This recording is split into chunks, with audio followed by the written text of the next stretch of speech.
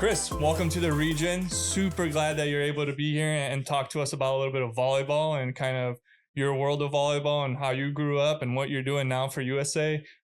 So introduce yourself. Well, Kris, first of all, thanks to you and the region for inviting me here. I'm thrilled to share a little bit about what we've been doing at the indoor NTDP with USA Volleyball. My name is Kris Berzins. I'm the director of indoor NTDP.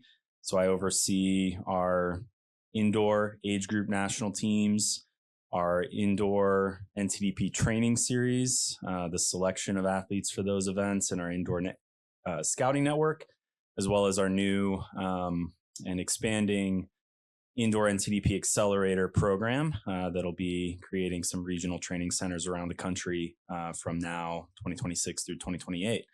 My background, I played boys club volleyball in Maryland. There was one club within, maybe 6-hour drive or so, probably a little bit of an embellishment there, but not a huge boys volleyball community, but sought it out, found ways to play, was fortunate enough to play volleyball at Loyola University of Chicago men's volleyball, a couple years overseas, and then came back to coach at Loyola here in Chicago.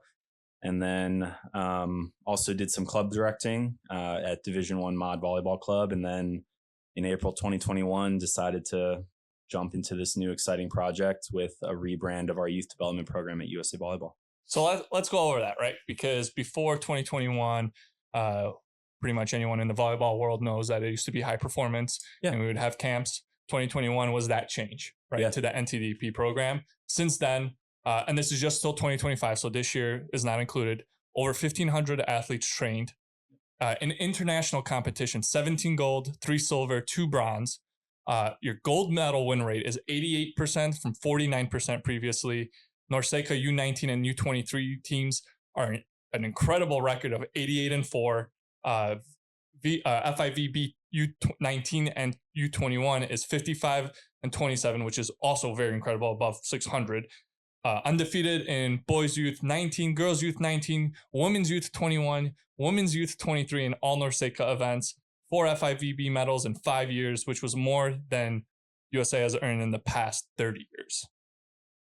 That's amazing. Yeah, it's, I think, the culmination of hard work from a lot of folks. Even pre-2021, the Dr. Peter Vint and Aaron Virtue, who was the director of indoor NTDP and a women's national team assistant coach from Chicagoland area. From Chicagoland area, her picture's on the wall here in Great Lakes region as a national team and Olympic coach.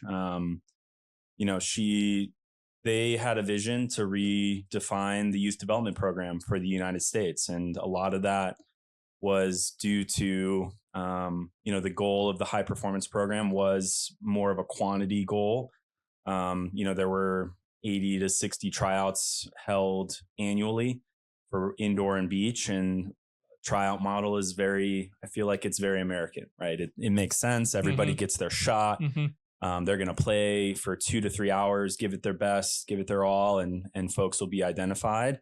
What we really wanted to move to was a seamless and constant evaluation model, primarily done through NTDP scouting networks. And while that feels a little bit more ambiguous, it feels a little bit more, not as direct as I show up, I pay $75, I get a tryout. Of course. It's something that is a lot more fluid. It helps us identify athletes when they take developmental or physical leaps. For youth athletes, that's critical. Right now we organize U17 through U23 national teams. Your U23 athletes don't change as much in 3 months as 15, 16, 17, 18-year-olds do, right? Where in a matter of 2 months, they could really have something click in a high school or a club season, or, in the men's or women's game, the level of physicality that they can exhibit on the volleyball court is pretty crucial, and it can change very quickly, right? And so for us, the model of a scouting network to identify athletes was really critical. You mentioned some of the results for the last 5 years. We've had the most successful youth results that USA has ever had, which is really exciting. Things to throw on there is we've won our first ever World Championships medal for the boys men's gender. Men's U21 achieved that in China, which is really exciting. Great Lakes region athlete Cole Hartke was a big part of that group. Had just an incredible match with Canada, dropped a ton of points and just absolute monster. And that's really goes to the heart of why we made the change, right? When you're hosting A1, A2, A3 skills development camps, all levels for all ages of high school athletes, it's great to have people feel connected to the youth development program. And it gets you in touch as USA Volleyball with more athletes and families, which is great. And it's really important. But what you can miss when you have this quantity goal is the quality aspect of it, right? And the fact that we are able to really hone in on national team alignment. So, the fact that Karch and I are able to have conversations about specific athletes and have a scope that's really much more focused on elite athletes and elite athlete development at youth ages has allowed us to prepare athletes quicker for both senior national teams in the indoor side. You're also seeing on the women's side where, you're seeing collegiate athletes step into pretty big roles in VNL and other opportunities. Olivia Babcock is one of them, that played last year, Logan Lidnicki. Those athletes, believe it or not, actually their youth side of NTDP, they were a part of high performance. Some of them were at the end, first few years of NTDP were their last few years before college. And so for us, our goal with indoor NTDP is really, it is trying to prepare athletes for 2028, but it's really shooting for sustained success at 2032 Brisbane and 2036 in the future. And our ultimate goal, early on, signs are good that we're becoming more and more competitive globally. But our ultimate goal is to medal at every discipline and gender, indoor beach sitting, men's and women's in LA, and then win gold in Brisbane at every discipline and gender. Now that's tough ask, a moonshot goal, right? But very doable. Moonshot goals are what are we doing here if we're not shooting for the moon? Exactly. So you kind of pointed out.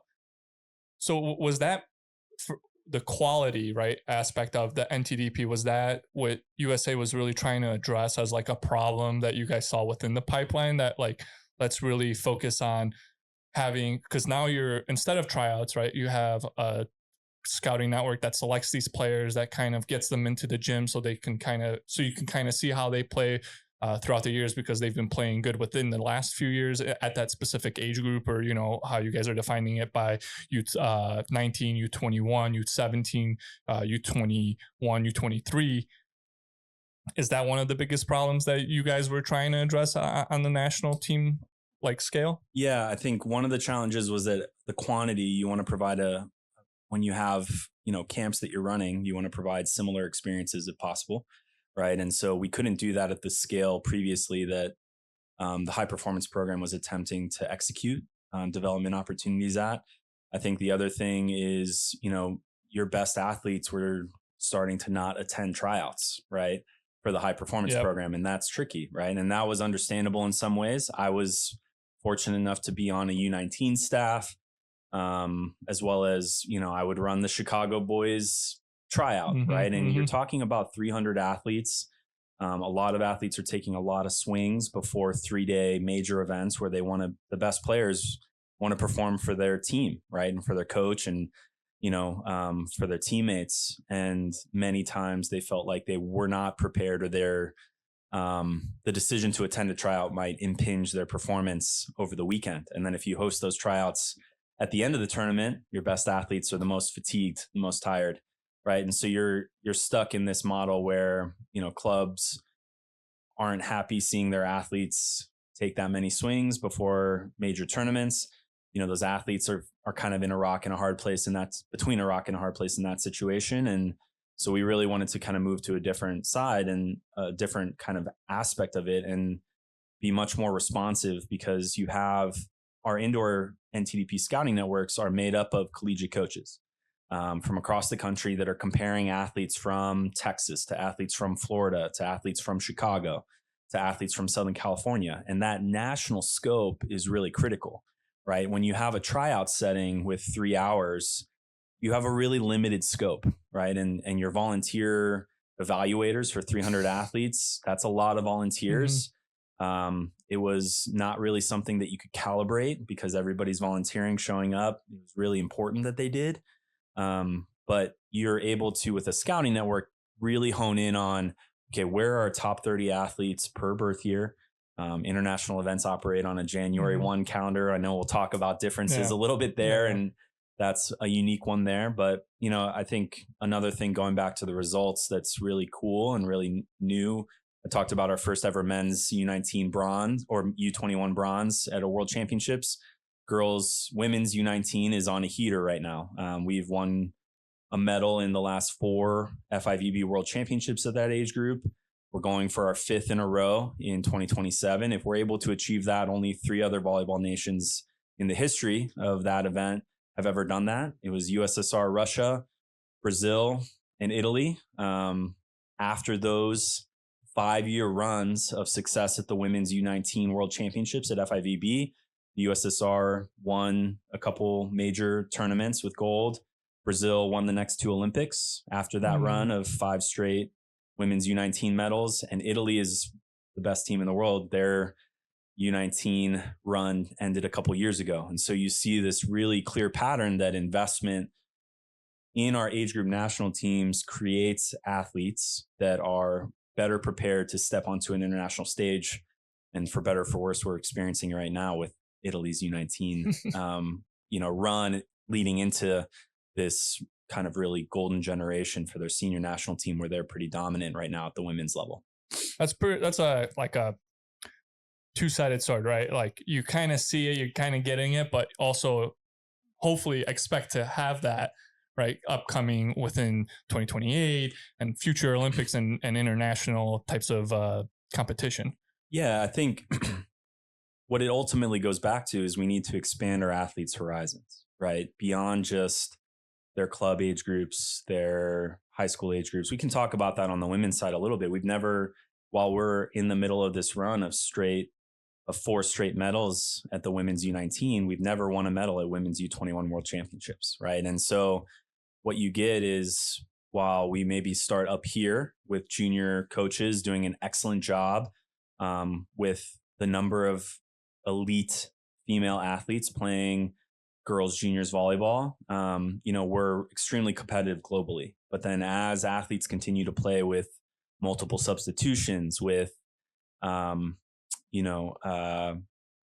lot of different rules and continuing to stay age banded within 1 year, internationally, a lot of those girls and women's athletes are starting to find club teams starting at 18, and they're actively making a choice that, hey, volleyball is going to be my not just passion, but my profession for the rest of my life, right? And they start to play multiple times a day. They're playing against adults that have been professionals for, decades maybe on their team. And so they get this almost trial by fire side of things that the NCAA is excellent. It keeps our athletes, educated, prepared for what's after sport, which is really critical.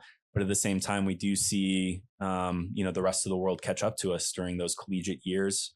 I think the collegiate landscape's changing very quickly. Obviously, I don't know if you can call it amateur. That's, you would at all anymore. And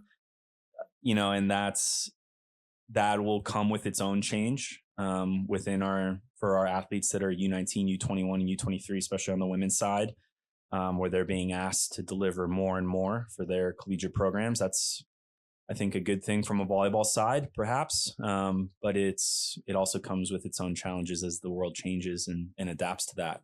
And so, for us, circling back to your question, I think what we're trying to do is throughout the athlete's career is continue to expand their horizons, push their perspective, to keep them consistently focused on their own development and improvement throughout. And that'll be a constant theme of what we're trying to do. So selecting players, right? You have this network of college coaches that are helping you select these top level players. It's much different than, like you mentioned, high performance evaluations, where it's a 3-hour stretch of just people ripping on balls and digging balls and serving.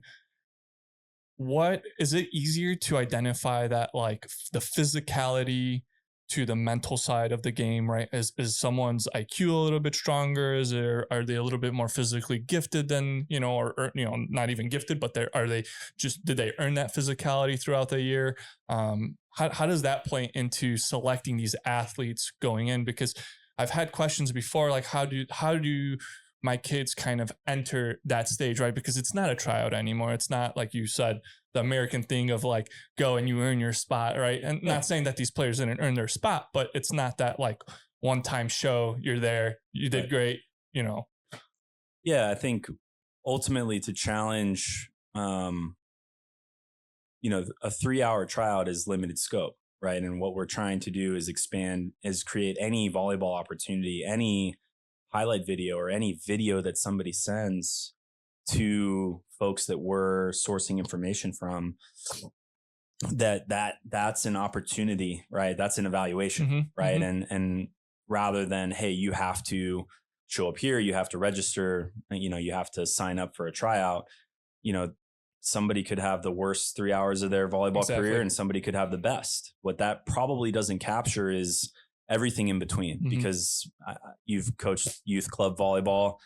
I'm sure there's plenty of high school and club coaches out there. The performance of a youth athlete can be here, and then 10 points later can be here. And obviously, as athletes mature and grow, those ripples in total level of performance maybe start to become more consistent at the level of where that athlete stands. But I think for us, from a scouting network perspective, what we really want to do, yes, for high school athletes, a lot of it is qualitative, right? Because for collegiate athletes, there's absolutely a component where we're able to pull statistics, right, from collegiate performances. There are times where there are collegiate athletes even that maybe are behind, there's freshmen that are behind a couple of 5-year, 5th-year seniors, right? And, so we're pulling maybe some practice statistics and things like that. And there's some video analysis of that, right? But ultimately what we want to do is figure out who the experts are that are evaluating youth athletes and lean on them for an understanding of who is progressing and who we really should invest in for the future. So there's a dynamic of current performance and current and future potential that we always have to measure, right? Because there are times where, at a 16U club level, the athlete that's scoring the most points may not, portend as the future best athlete in that class, right? And that's something that we always have to weigh a little bit, but we're always asking ourselves as well, hey, how are we doing on these metrics? How are we doing on it? It is 5 years in, so it's something where we're constantly trying to figure out, okay, what are some really valuable touch points and valuable areas and information when we're thinking of qualitative assessment? Because the reality is, for juniors right now, we don't have the statistical side to lean on where we feel, those statistics from juniors club events are, super accurate. I know we have maybe some questions that we'll dive into that a little bit deeper of maybe where the future is. But right now for high school athletes, a lot of it's qualitative, right? And so a lot of it is more focused on what scouts are seeing from a volleyball perspective and a physical perspective. Having been a NCAA recruiter, you're always asking club directors, coaches about how does an athlete, mentally act in practice? How does an athlete, treat their teammates, treat, others? That mental side of things, of teammateship, and is something that we're aware of, but it isn't necessarily the biggest piece of information that we're using to make determinations. Now, it's something that we're absolutely educating, that we're definitely addressing as we have athletes in programs. I can tell you that there are certainly athletes that have made decisions or choices in the past that, limited their opportunities, which is not an ideal part of, the job. But at the same time, that's an aspect where those are also learning moments, right? And we have to understand that with NTDP, we're dealing with children ultimately a lot, some really young adult athletes, but they're unfinished products on a lot of levels, not only on the volleyball court, but also mentally, psychologically. Elite performance starts with all of those things involved. I would just say from an initial evaluation perspective, a lot of it is a qualitative assessment, right? And that's the reality of the current scope of where we're at with the information that we get.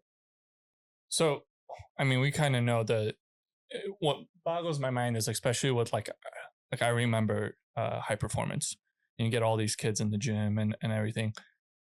And it's always hard. Like, you kind of know who's your top performers, right? Who's kind of on the bottom of the list. And then like who's in that middle. And that middle is kind of tough to delegate who's where, because it's your toughest part of the gym, right? Whether it's team selections for clubs, right? I had a huge privilege being in the gym with you and learning a ton of volleyball. I put you in my list as one of the top volleyball gurus. Just teaching volleyball wise, I learned a ton. How do you guys get into the gym and these teams are selected, right? And you of course have your athletes that are going to be your go-tos, and you have your athletes that are kind of sitting back, maybe a little bit more. How, for future reference, how do those middle guys or even top people on those teams kind of, is it important that they're top now? Are you guys, what I'm trying to ask, I guess, is, are you guys focused more on the age groups? Are you guys more focused that like, hey, these kids are going to be great national team players within the next 5 to 8 years? Where's that balance? How do you guys find that balance in the NTDP program? I think just as we ask athletes to be curious, we as staff, right, we're not making those determinations.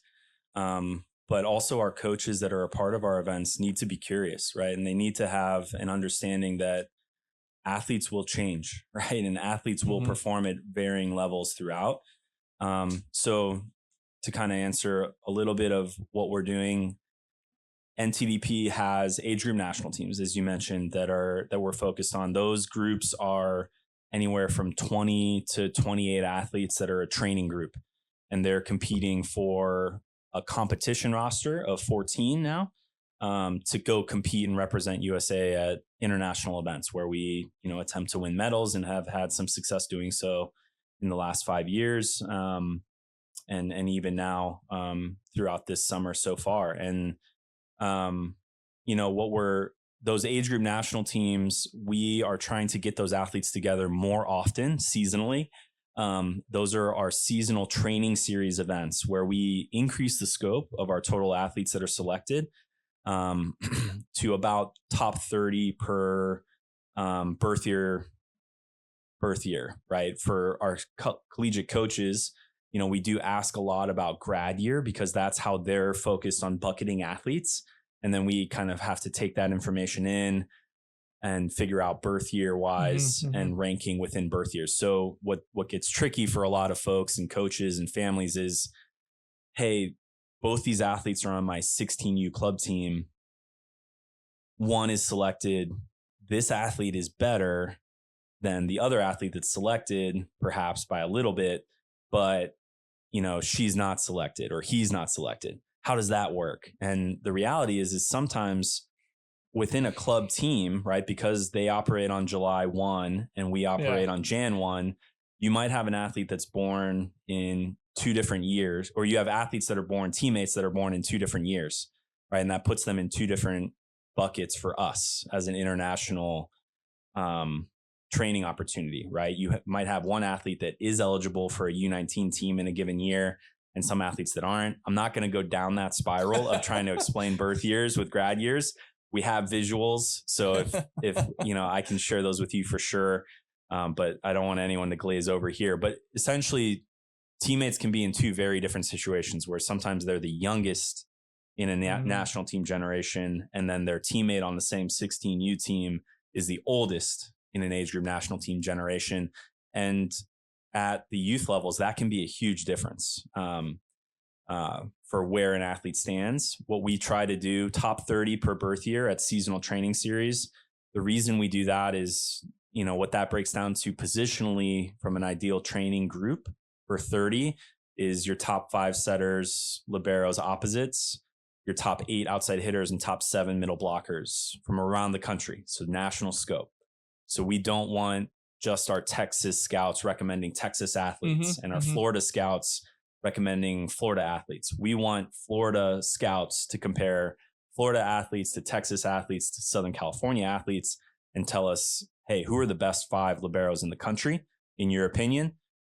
And we're going to invite those athletes. And the reality is athletes can't make every training series, but those training series events are 4-day camps. So you fly in on a Thursday, train Friday, Saturday, all day with, as well as some educational speakers on a variety of the topics that you talked about being important, right? Mental performance, nutrition, how to prepare at an elite sport level. And what we're trying to do is really, again, expand horizons before we organize age group national teams. So we also see how those athletes perform in that situation in the 4-day seasonal training series. It's not required that age group national team athletes participate in a training series, but we do feel like there's a lot of value in doing that. Not only to ultimately compete as well as possible, but also, we have 3 seasonal training series per year.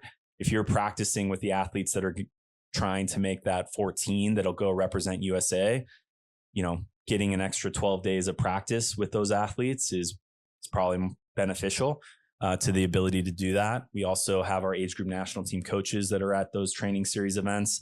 All the athletes within that level, training series and age group national team, are scouting network recommended. And so what we're doing is asking those scouting network coaches to give us top 30, roughly give or take. They can give us more names as well. We ask them for a talent ID score, which is, again, I don't want to try to describe something that's best described visually with a graphic, but we're trying to get them to answer a couple questions. Where's this athlete performing relative to their peers right now? And then where is their potential for future national team success at older ages? In a couple different ways. And what we're hoping to do from that is collect and collate that information, anonymize it from the scouts, because we don't want scouts knowing who's recommending where. And we want people to be honest with that assessment. And ultimately, when you collect that information and aggregate it over 45 girls indoor scouts or 25 boys indoor scouts, you get a pretty clear picture.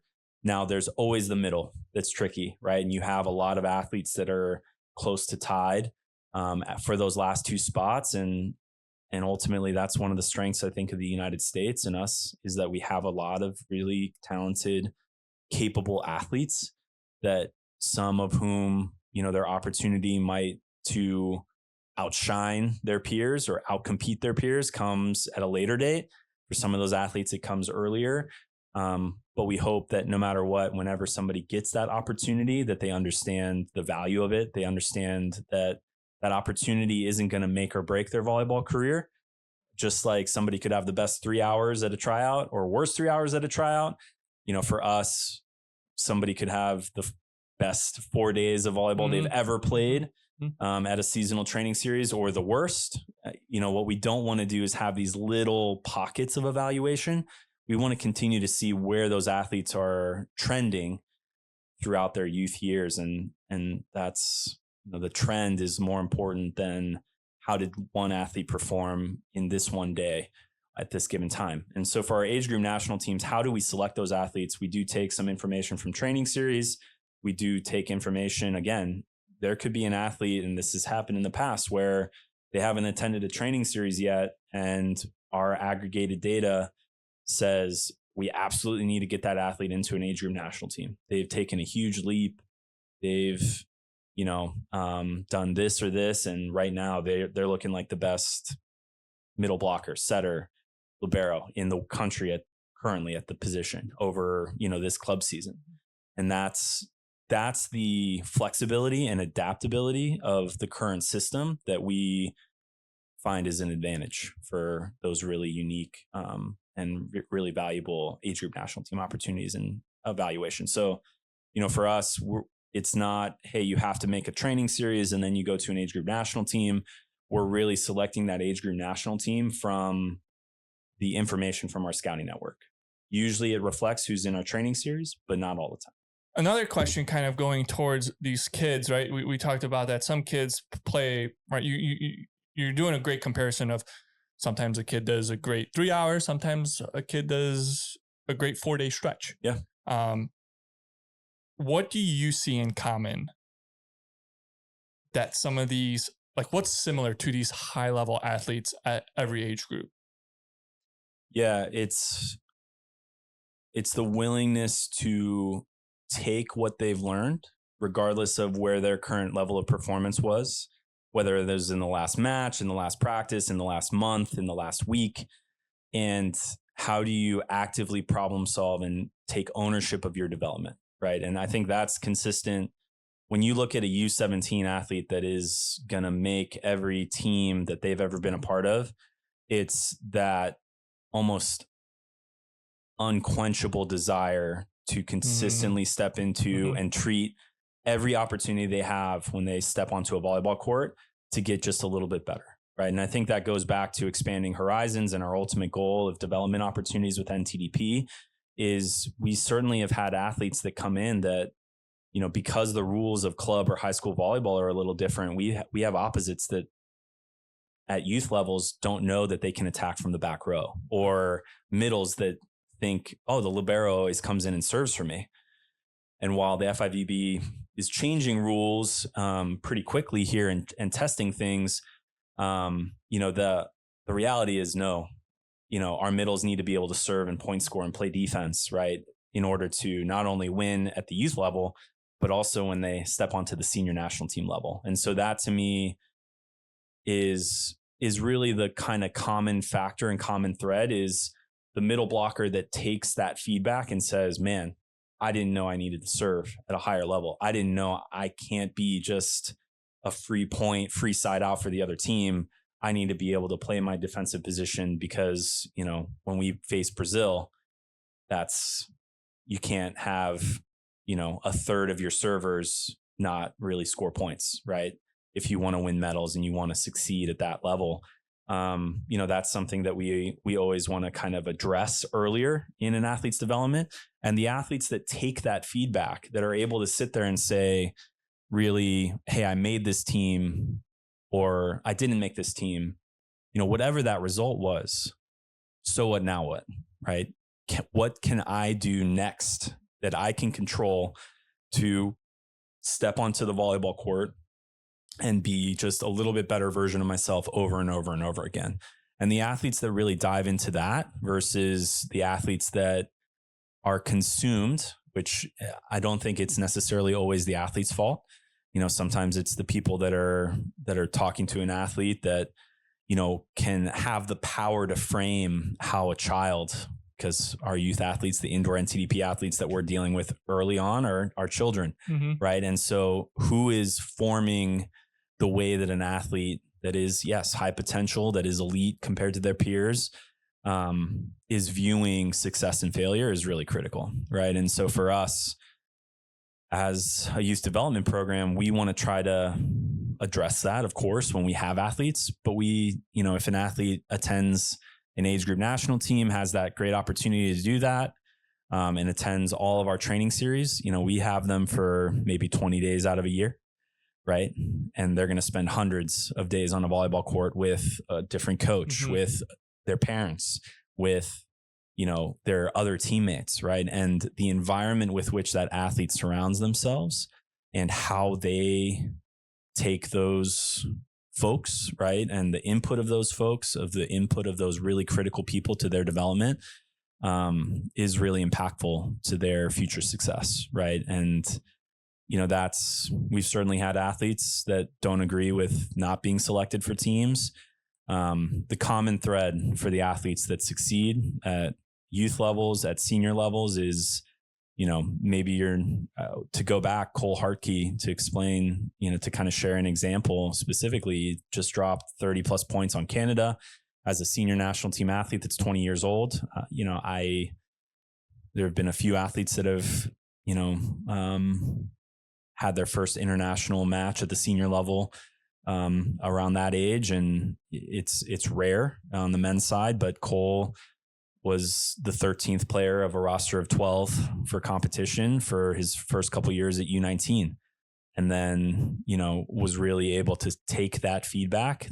I just have an incredible amount of respect for Cole, for his coaches, for his parents, that he took that and really made it at U21. This isn't going to be me. Mm-hmm. All right. And credit goes to him, right? I would sit there and say, I could say indoor NTDP did this. That's not how it works, right? We're really driven. Our success is driven by the success of our coaches or our athletes, and the choices of those coaches and athletes and who we put into that environment. So it is, I would say then, to keep playing off the example with Cole, right? He showed a great amount, from what I'm listening to, great amount of resilience, a great amount of competitiveness in the gym, right? What happens when, let's say, and you kind of hinted at it, you guys select a kid or an athlete, and what they've been taught in the gym, right, at the club level or the high school level, is almost probably not a 180, but let's say it is a 180, right? And there, like I said before, it's been a privilege to be in the same gym with you for quite some time, doing youth club. And one thing that I always take from you, and it's not the first time I've heard it, but you iterated it more than anyone I've ever known, is training like these Olympians, right? Like high level quality people, right? You want to train pretty close to the best in order to be the best. How does that change and shift when a youth athlete kind of doesn't have that same model in practice or training as what they are used to at home with their club or their high school team? And how does that shift how do you mend that with the athlete? Because I'm guessing that kind of comes down to also maybe that is a kid that maybe hasn't made that youth team, that they maybe don't understand why, or maybe, lack of a better term, they maybe will say, I don't like the way that you guys prepare trainings or do trainings because it's not his style of play.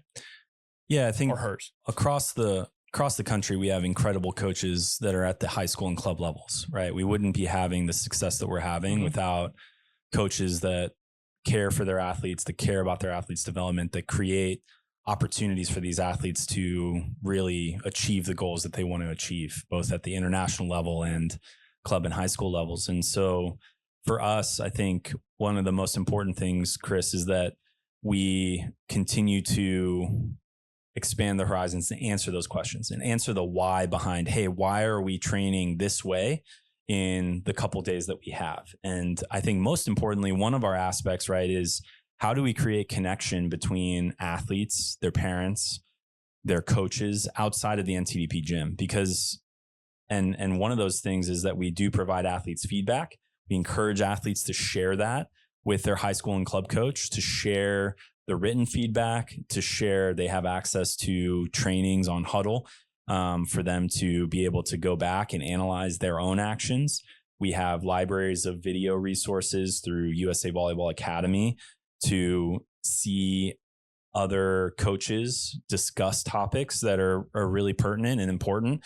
And the reality is sometimes for high school or club teams, they're going to create a system or coach to their what's best for their team, not necessarily that one individual athlete, right? And so what we really want to do is have it be a collaborative process of developing these athletes, because like I mentioned before, the limited amount of time that we have with athletes, we don't have, some other countries have academies where they pull juniors athletes, straight pipeline, and they live and play volleyball and go to school within the National Training Center or, the National Training Academy. Right. And for us, I think there's benefits to that for sure. For other countries, for the United States, we have a unique system, and I don't think it's a bad system, right? It's really important that athletes are connected and have, multiple friend groups, and most importantly, again, going back to it with youth development, that children have a more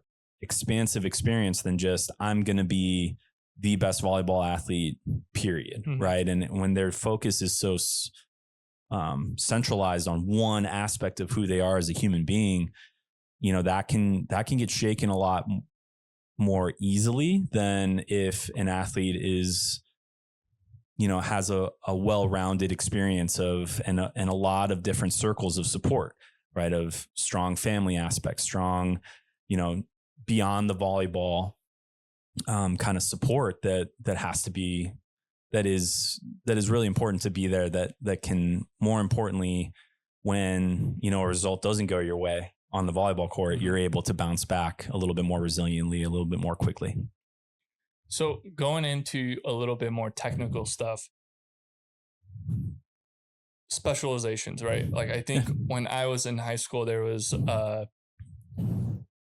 guess there was more of a need of, like, early on, you're a middle, you're a right side, you're a lib, you're an out, whatever the case may be. And you kind of mentioned it earlier with the middle, right? We want you to serve. We need you to play defense. We need you to, be active in every aspect of the game, not just the 3 rotations that you're in the front trying to put a hand on a ball and put something away.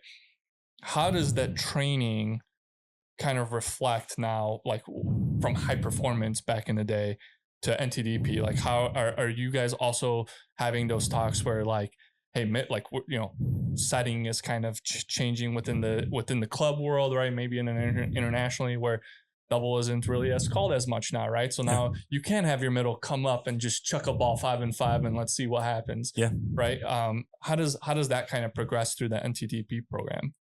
Yeah. So first of all, the FIVB tests a lot of rules at the youth levels and youth tournaments. So for instance, in 2023, they at the U19 World Championships and U21 World Championships took out overhead serve receive, right? Which is a huge deal, right? And a big one.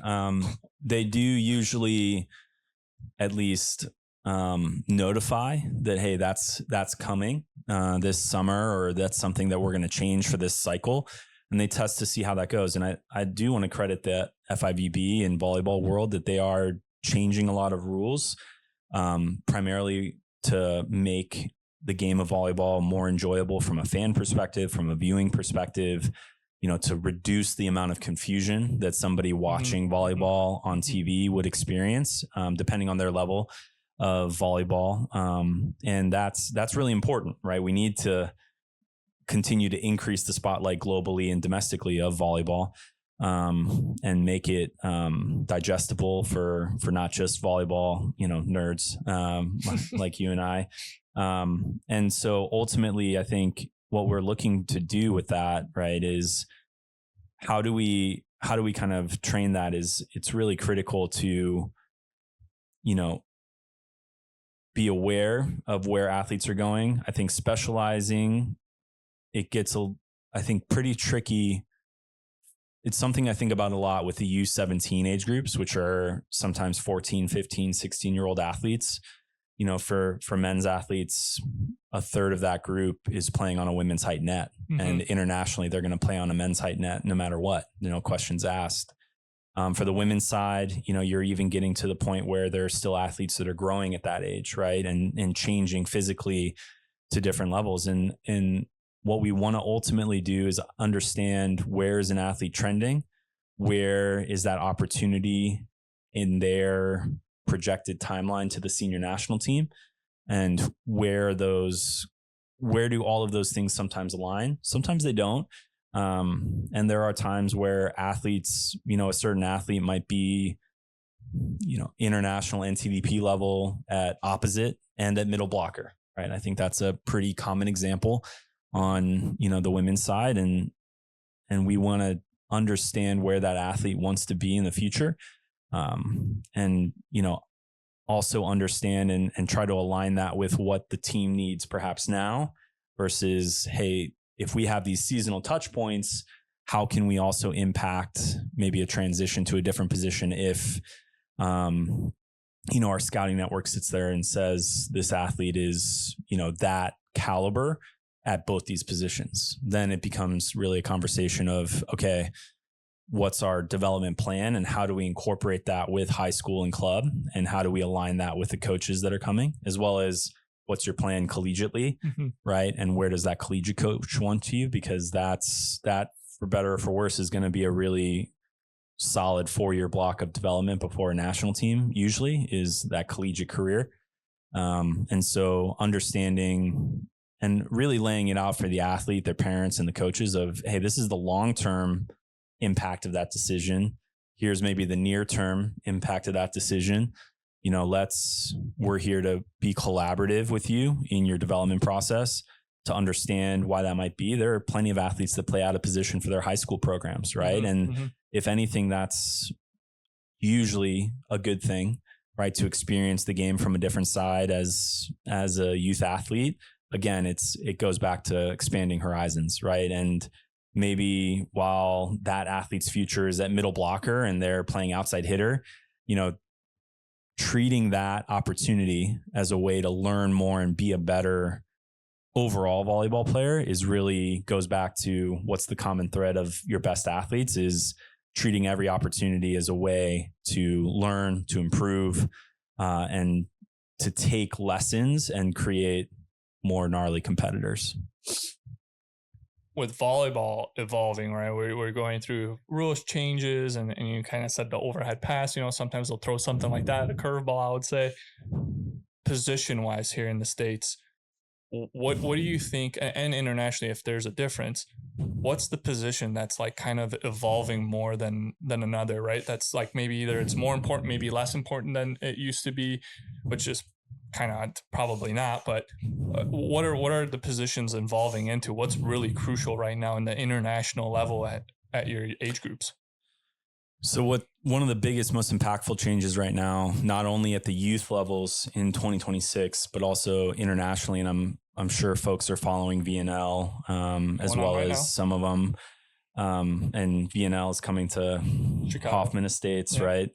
We can insert the dates because I'm not going to try to pull that from memory. Yeah, July, mid-July. Men's is coming, and something to look out for there that is impacting both the women's side and the men's side in a lot of different ways is they are really loosening. You mentioned the double contact rules. They're restricting the rules of how you can contact a third attack, which is changing a lot from what people used to see. It was very loose in terms of changing the direction of a ball with wipes and off speed shots.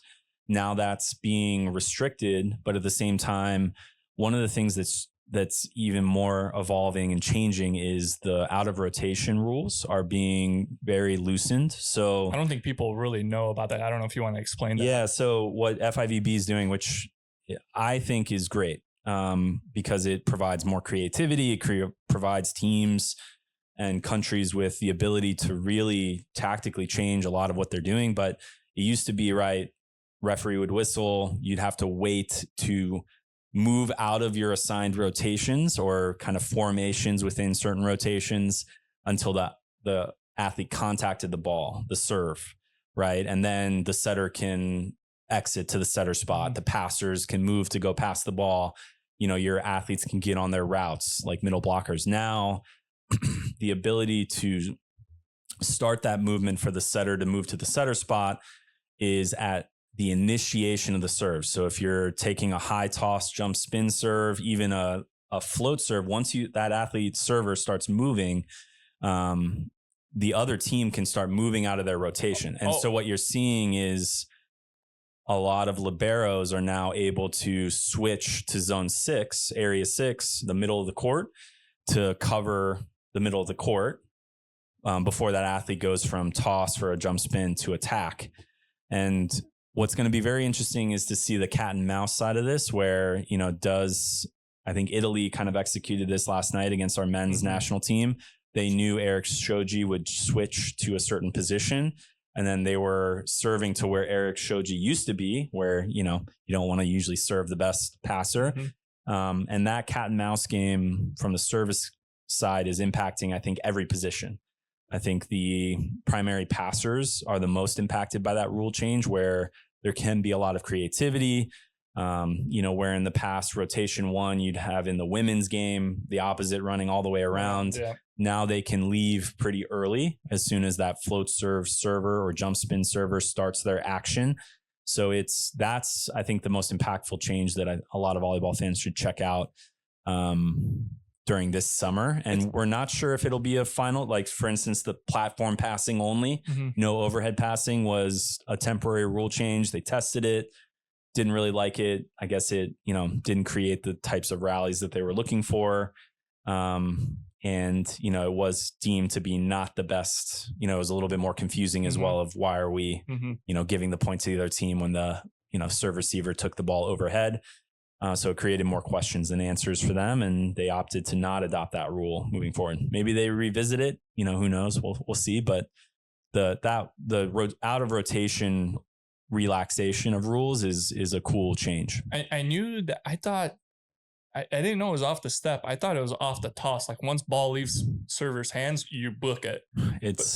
Now it's as the serve is being initiated. Holy so that, I guess that's the one area where it can be a little bit determined whether, somebody's starting a serve with a toss or they're starting it with the first step. That's, I guess, a little bit up to judgment, but in essence, they want to try to take away any out of rotation calls, if possible, because it's confusing and stops play. So I had the privilege to have Marie on here, I mentioned, and she actually talked about it. She said that she's not surprised if teams on the collegiate level are already messing with the idea because it's not approved there just yet.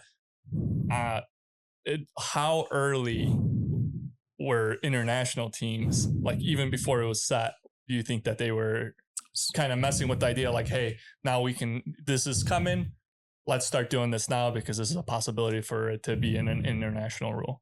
I mean, we started doing it as soon as it was sent out as a PowerPoint. Our men's U19 team executed it pretty well. It's obviously new for athletes to determine. And as a coach, you want to determine, okay, does this create more confusion and put my athletes in a less than ideal situation? The senior national teams last year, it was a test rule for VNL. China was one of the national teams that adopted it immediately. And they were really competitive against our US men's national team last year with moving the libero into certain seams. And kind of taking advantage of that. And so, I mean, national teams are looking for any advantage they can get, both at the youth and at the senior level. Kind of mentioned earlier, just kind of some powerhouses, with Italy doing really, really well on the women's side. Brazil had a really nice stretch when they were winning their youth 19s and so on and so forth. What are kind of some other countries on the youth level you see that are doing really, really well that either we're trying to match, or what are we doing really, really well that maybe other countries are trying to look at and kind of copy? Italy's been extremely successful at the youth ages and the senior levels. You see that in their depth at their senior national teams. I would say that they made a really concerted effort to do that a little bit earlier than the United States did. And so they're kind of bearing the fruits of that, kind of effort a couple years ago, or more than a couple years ago, I should say. Italy's extremely successful. Russia, our understanding is that Russia is likely to start participating at youth level events starting in the next cycle, which they're always a strong program that also has a lot of athletes. Volleyball is a really popular sport.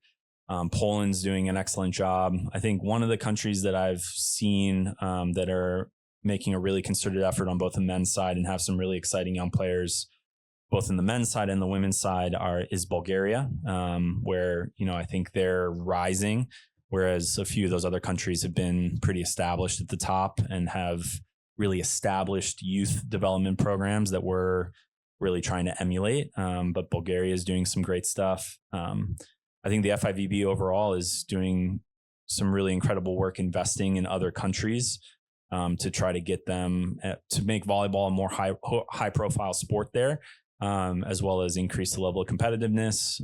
Our youth age group world championships have increased in total teams from all to 24 teams, which is great. That increases, total number of federations that are participating and competing, within our, NORCECA, our confederation, Canada, Cuba, Dominican Republic, Mexico, Puerto Rico are all doing excellent work. And they're really good competitors. What does NTDP look like in like 2028? Olympics are coming around. What happens after? What about that new quad, that new cycle, and then so on and so forth? Yeah. So just to kind of put it in perspective, when we made the change to NTDP in 2021, our youngest athletes that were part of that change that wouldn't have known any other system previously were U15, U16 athletes. So when I say U15, U16, it means under the age of 15, under the age of 16. So they're 14, 15, 16 years old. In that first kind of year, many of them are right now juniors in junior year and sophomore year of college currently. And so as they emerge from their collegiate programs, what our stated goal has been, and our moonshot goal is for them to impact the international scene earlier than what we've been able to produce in the past. And in the past, the peak of an athlete's volleyball career for a U.S. athlete averaged somewhere, around 26, 25, 27 years of age. You have athletes. Matt Anderson this weekend played three out of 4 matches, did an incredible job. He's 39, turning 40 here in the next kind of years leading into LA. And so athletes can have a lot of longevity. And, Matt's a really unique athlete that has been at the top of the game internationally for so long and has sacrificed a ton for USA. But what we really want to do in aligning with our indoor national teams is prepare that athlete that's pushing and expanding Matt Anderson's horizons. I dare say, right? Yeah. I don't know, right? But Matt, I'd assume that he's only at that level because he's constantly trying to improve. And how can we continue to work to get to a point where USA is not just, has, more and more options to put athletes out there that will score points, that will win against, other national teams. And can we create, a volleyball ecosystem that creates athletes that are ready earlier to step into those roles? Because we see that that's possible in other countries' national teams. Some of the best athletes for Bulgaria's men's national team right now are right around their collegiate age. Some of those athletes for those teams on the women's side step in and perform right at 21, 22 years old. And if we can have not only our experienced veterans that our coaches do an incredible job of developing and making, us competitive for podiums at the senior level, successful, but also how can we continue to create more athletes that are ready earlier so that we have an overall stronger senior national team gym that again, our moonshot goal is to win gold at every discipline and every gender. That is no joke. Those matches come down to one serve, 1 point, going one way or the other. And, it's really hard to think about that in terms of how do I approach this serve and pass drill? How do I approach creating this environment at this NTDP development opportunity the best way I possibly can when, the potential benefits of that aren't seen for, another couple years, right? If at best, or, how do we create an environment that overall is creating better athletes, better human beings, and somebody that approaches not only volleyball, but also the rest of their life, with the type of tenacity that we want to see from volleyball athletes on the court. How much do you think, what it sounds like to me is because from going from high performance to NTDP, I think technology plays a big role, right? You have that network of college coaches helping you scout players that maybe 15 years ago was pretty tough to do, just from a tech standpoint. How important is the tech now, right? From being a statistician on the bench to giving you live updates to the long, picture, maybe from not even a year to year, but a quad. Yeah. Right. What kind of role does that play now in volleyball? Yeah. So, I mean, for us, we capture video from all of our training series, age group national teams. What we Where is technology going is not only are we looking at are we able to start to look at quantitative statistics like, hitting efficiency, overall plus minus, I'm using very rudimentary quantitative metrics, but there's been a lot of quantitative metrics that evaluate performance on a volleyball court, right? Those can get pretty in depth as you work with professional performance analysts. Nate Go, Virginia Pham for the senior national teams do an excellent job of, doing that for our senior national teams. We have great performance analysts that work with our age group national teams and coaches that really value that information. Where are we going in the future is that, with the ability to utilize some machine learning aspects, some AI learning models as well as they watch volleyball, statistics that we're working on developing would be how fast, can a middle close a block pin to pin, right? And that determination of what is a closed block, what's a successful blocking move, right? That's I'd say where some of those qualitative metrics of that is usually something that, a coach is observing qualitatively, like how well does a middle close blocks. Obviously you can determine good touch percentage, right, by blockers that is more than just, hey, how many block points did that middle score or that blocker score. But you can also start to look at some of the margins of, how athletically gifted is an athlete executing certain skills, overall spike speed, overall serve speed, setting consistency and quality from one camera angle is a little bit challenging, but it's something that those are, I guess, maybe exciting in the future. And then I think the other thing that's exciting in the future that we want to think about incorporating is we already have a camera on every juniors match in the country through live streaming and those kind of partners. Can we utilize that to make our selection and evaluation process even more robust? I think so, right? And I've talked about how at the collegiate level, we do incorporate some quantitative metrics into selection. I think specifically for certain positions like setter, like libero, those are really hard positions to evaluate qualitatively. We know that, we understand that. You're not going to step out there with your club team at a tournament, and say, oh, I think, what a really good strategy is? I'm going to serve the libero on the other side of the court. Right. And so our coaches or scouts that are watching, chances are they're not seeing a lot of liberos passing or as much liberos passing as outside hitters or other positions on the court. And so, I think that intersection of qualitative and quantitative evaluation for the high school level is something that in the future we want to definitely take a look at and dive into. Building off that, what really excites you for the next generations of volleyball that are, the U15s now in the gym, right? Or maybe after the quad, like what's really exciting that maybe you guys are building up, or just as either within the country or just as a volleyball as a whole where everyone's doing it? What's really kind of exciting? I think what's really exciting is the support from a lot of U.S. stakeholders within the volleyball community of understanding what we've intended to do in the launch of a new youth development program. I think now we talked about it 2021 to 2025. We were really viewing that as kind of an initial quad of, okay, this is a new model. This is a new system. What are we seeing, right? What have we seen?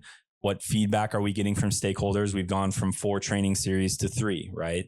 Primarily because youth athletes calendars are packed, right? And we want to try to obviously accomplish our goals to train athletes, but want to be as least intrusive as possible on other aspects that make being a kid in the United States great, right? High school seasons, family vacations, things like that, right?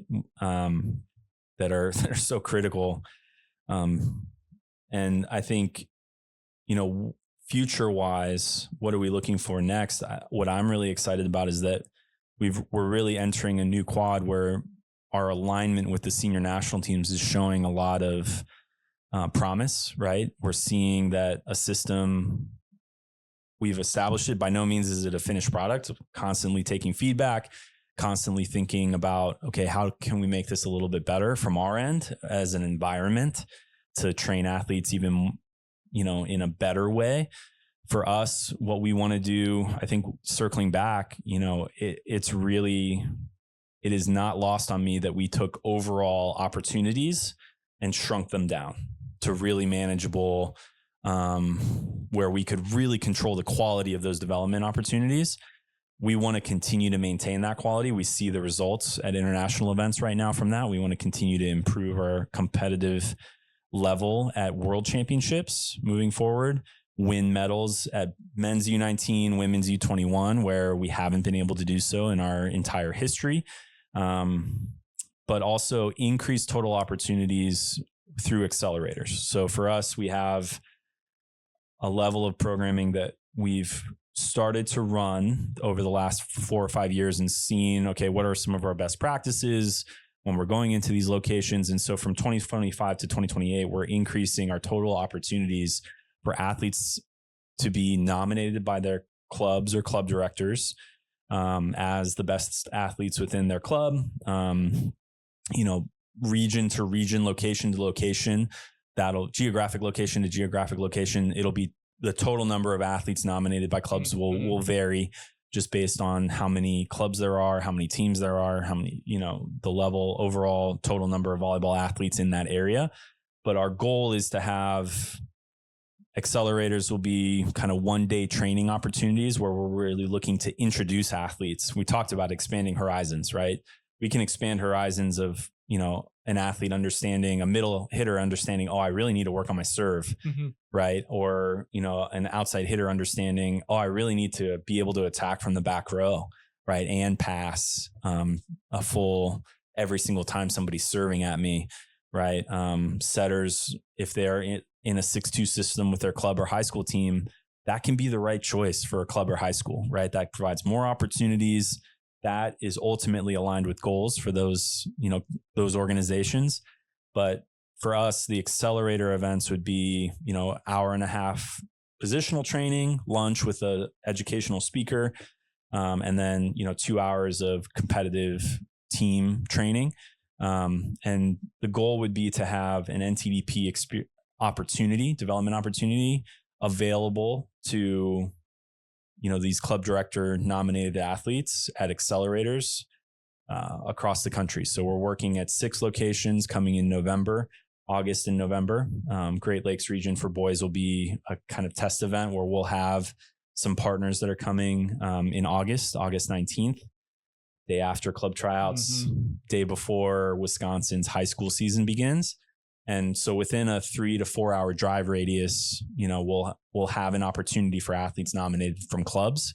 We'll have scouts there. We'll have collegiate coaches and others there that will be helping to introduce more athletes to what to expect at the international level, as well as kind of address, some of the challenges of reducing total opportunities.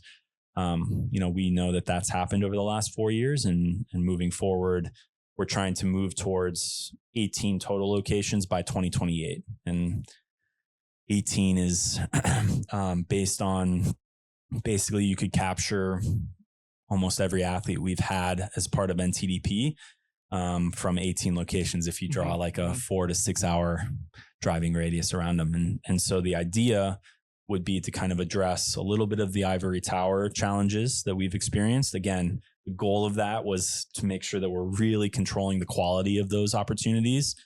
We want to control the quality of the accelerator events for sure, but we also want to address the fact that, hey, there's athletes that we're maybe just missing out, that are right on the cusp of a training series level, that are going to take a leap collegiately, and we don't want to miss out on those athletes either. The accelerator program, can you explain exactly like a little bit more of what it is? Like you kind of hinted that there's some tryouts or not tryouts, where clubs are kind of nominating their athletes. Now from there, what happens after they get nominated? So the nomination would come to USA Volleyball Indoor NTDP from the clubs. We would take that information, right? This is, again, a different avenue for athletes to enter our youth development program than through the scouting network, right? Our scouting network would continue to identify training series and age group national team athletes. But for the accelerator side, we really want to, especially at younger ages, especially for clubs that maybe aren't able to compete nationally consistently or travel all over the country to go compete everywhere. There are plenty of very high level athletes that are at some of those youth sports organizations. We want to be able to capture those athletes. Again, it's about adaptability. It's about identifying athletes quickly that are showing promise, performance. Now, if you attend an accelerator, does that mean, I was the best athlete in an accelerator, that you get to go to the training series? It's not exactly a 1-for-1 per se. It very well could become that. But the most important goal of the accelerator is to, again, get a group of, athletes together that are the best from their clubs, that, when they go to a normal club practice, they wouldn't experience that level, to put themselves in a position that is maybe a little bit more uncomfortable and learn, right? So that we're accelerating development. Because if they continue to just play within their high school gyms and their club gyms, it doesn't necessarily expand their perspective of volleyball from around the region, from around their geographic location. They get to create more connections to coaches, more connections to other athletes from around the country and their region within USA Volleyball. And for us, that's ultimately the goal of that accelerator, is less so, hey, get together for a day, who's the best, and more so, hey, when you're going back to your club gym or your high school gym, here are some things to work on, right? To become the best volleyball player you possibly can. Because for our goal as well, while we want to have really competitive age group national teams and eventually senior national team athletes, the reality is everybody's journey in volleyball is different, right? There are athletes that are on our senior national team right now that were never selected for an age group national team, right? That's absolutely a possibility. Jordan Thompson is one of them for the women's side.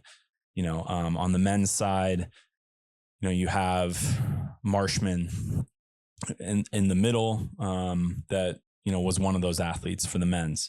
And then you have on the alternative side, you have TJ DeFalco that was selected for every age group national team he could have participated in. Right. And, and Kat Plummer on the women's side that was selected for almost every age group national team she could have selected, and on the beach side as well. Right. And so you have these two different paths, both have led to the national team. Right. But how do we make sure we impact the athletes that are getting there earlier, is by just making sure that we're creating development opportunities that expand the perspective of those athletes to say, oh, when I'm at practice, I should be taking these passing, these serving reps seriously, because they are valuable to me. They are valuable to my development. If that is truly your goal, to represent USA, collaboratively with high school and club coaches, we want to make sure that we're continuing to push athletes in those opportunities. And the best way to push those athletes is to get them participating in events that are best with best and best against best moving forward. Such a good way to put in. And I like that now these athletes will have almost an opportunity to get into that kind of pipeline and into those gyms with the best of the best. Yeah. You've been, right, your background's pretty cool. You kind of hinted at it. One thing you didn't hint, your dad. Played in the 84 Olympics, played in the World Cup in 85, both gold medals. Yeah. How was that as a kid, and how much influence did your dad bring to you with volleyball, and kind of not pushing it on his son, right? Like the love that he had to you. Yeah. So I was born in 88. So my dad was, when they played 84 and 85, he played with Karch in 84 and 85. And obviously they, won 2 gold medals. At that time it was still amateur only. So, he ended up still a gold medal, right? but amateur only meant he wanted to go play professionally. So he stepped away from the national team after 85. And so the first 4 years of my life were spent both in Italy and in the United States in San Diego. My dad was fortunate enough to get an opportunity to coach with the 96 women's team. I didn't remember a ton of that, but I would be in the gym at times. More of the 96 women's team players will, share, oh, I remember you, right? And I remember, I think we scared away a few of them from babysitting us at times. And ultimately, I mean, a lot of the tenets that my dad took to raising us as athletes and competitors as a family, I have 2 younger brothers as well. It didn't matter what we were doing. If you are competing at something, you are competing, right? And you're going to try to win. You're going to try to find a way to, within the rules, be the best you possibly can in that moment, right? And if you need a break, right, like as a kid or something, yeah, you step away and we're not competing anymore, right? And that's okay, right? And that's normal to have that time as well. But I think the most important aspect of it is, if you're going to approach something, approach it as if, you can't fail, right? And what would you attempt to do if you knew you couldn't fail, right? And that, to me, that should always be the guiding light. Is, yeah, you'll have goals, right? And you can consider the what if of, oh man, what if we don't do that? Or what if we, don't succeed? And that's certainly one way to look at it, but you have no idea. So why not just go, right? And just head, like, sprinting the direction, if you believe in the mission of something, to do that. And for me, that's a big reason of why I'm with USA Volleyball right now with indoor NTDP. And, I believed in the rebrand of our youth development program. I felt like we had a lot of, while the high performance program was great, I had incredible opportunities to represent USA as a coach within that program. I felt like we could, seeing other countries, especially from a young age, perform on the volleyball court. How did they train athletes? I knew we had an incredible opportunity as USA to make what we do a whole lot better. And ultimately, I wouldn't believe that we couldn't be the best volleyball playing nation in the world if, I wouldn't be in this position if I didn't believe that. And I think we can certainly really dominate podiums moving forward. That comes with a lot of what ifs, but again, the what ifs are things we can certainly address and put our mind to and continue to execute. Kind of talked about what your dad taught you with, like, if you're going to compete, you're going to compete, and kind of, go all in, right? Yeah. Who else? Who are some characters and people that really influenced your philosophy in volleyball growing up, right? Whether that's from coaching, you have so much experience from coaching collegiate, playing professional, being on the international stage, and now kind of spearheading our youth development. Who else has kind of made a really big impact in your life with volleyball, or just in general, right? That leads into what you're doing now. Yeah, that's a great question. My dad was my club coach for a while. I did Shane Davis at Loyola University men's volleyball, was, a figure that helped my really formative years of development. I came to the sport late in high school. I was convinced I was going to be that crazy competitor in soccer or football, which was great. And ultimately found volleyball right around the end of my sophomore year and really attacked my own development in that space. And again, I think what was really unique about that path for me is that I was able to view youth volleyball from the lens of the kid that found the sport late, right? That found, that wasn't getting opportunities there, that as I continue to work on my craft, I wasn't ready yet. But I was able to really work hard and eventually achieve a decent career playing collegiately, some great opportunities to play professionally. And then most importantly as well, try to share that experience and that knowledge as a coach and as a club director. And I think now with indoor NTDP, one of the areas that I'm really excited about, one of the other people that in this position I continue to listen or hear in the back of my head is Dr. Peter Vint, who was our chief of sport at USA Volleyball until just recently, as well as Aaron Virtue, who's the head coach at University of Michigan, and that they were really impactful in creating the vision of how we've rebranded the youth development program. And it's something that for me, those voices are something that are constantly ringing in my head about, hey, what decision, which way do we go here, or how do I best handle these types of situations? They're usually the guiding forces beyond the dad. With all of your experience, right, building to this moment, where do you see NTDP? Where do you see yourself within the next 20, 30 years? Yeah, I mean, our hope is to obviously have a lot more gold medals at the senior level to point to that and say, hey, we've created an environment that creates athletes, that allows athletes to take ownership of their development and puts them at the top of podiums consistently, them and USA at the top of podiums consistently moving forward. And that to me is our goal over the next 20 to 30 years, is to continue to rally the support behind why investing in our youth development program is important for eventual senior national team success. I think for, the sport of volleyball overall, our profile continues to grow at a lot of different levels, high school, club, more states sanctioning boys volleyball for their high school programs. We have more and more boys and girls participating at the youth sport club level. Collegiate sport is obviously changing in a lot of ways, but its spotlight on women's volleyball is ever increasing right now. Men's volleyball, we want to continue to grow the game as well, and grow total opportunities, which usually sanctioning of high school leads to that.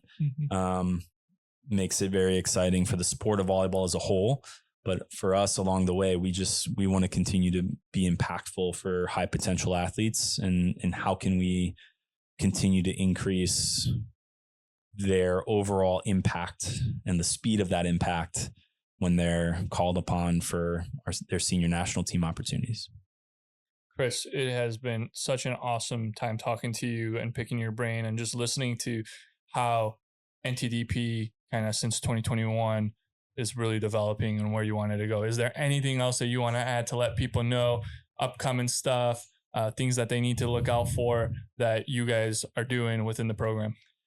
Yeah, I think 2025 to 2028, we're trying to increase total opportunities. That'll be really important that clubs and club directors are responding to that nomination process as we continue to increase the locations of accelerators.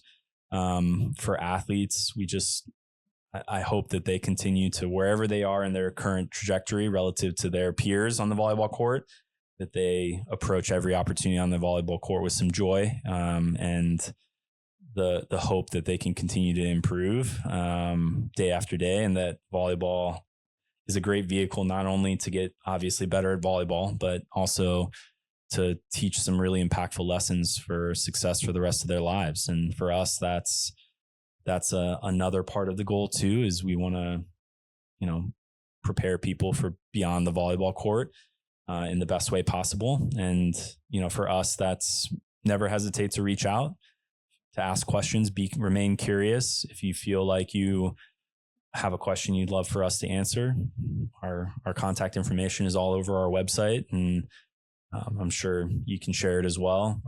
We want to be part of the conversation moving forward, and we want to address it. Are we perfect? Never. But we're going to continue to strive to be. Awesome. Thank you so much for your time. Super glad you were able to come out. Always awesome to have you out and just talk to you. Good friend of mine. Thanks again. Thanks, Kris. Likewise.